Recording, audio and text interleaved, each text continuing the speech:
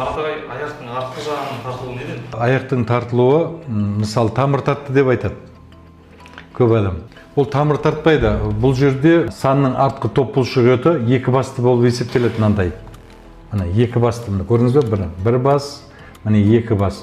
Осы екі бастың арасы бір-біріне спайка дейді, жабысып қалады. Ол жабысудың себебі көбіне біздің мына құйымшақтың тұрақсыздығынан болады.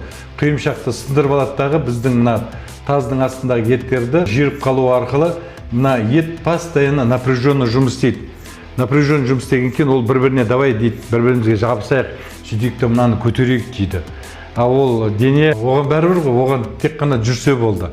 Ал мынау спайкалар вот сол тұрақсыздықтың салдарынан жабысып, мысалы аяқтың былайынан тартып жатыр дейді. Ол тартып жатқаны мыналардың арасының жабысқаны болады. Сол араларын біздің орталықта мануальды терапия, кинезиологический массаж арқылы жабысқан жерлерін тауып, соларды ажыратады.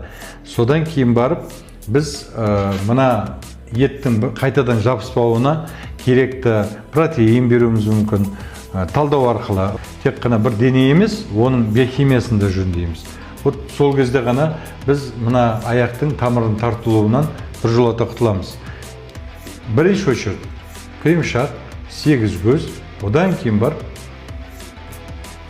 биохимияны жөндейміз. Вот сол кезде ғана нәтиже болады, Алланың қалауымен.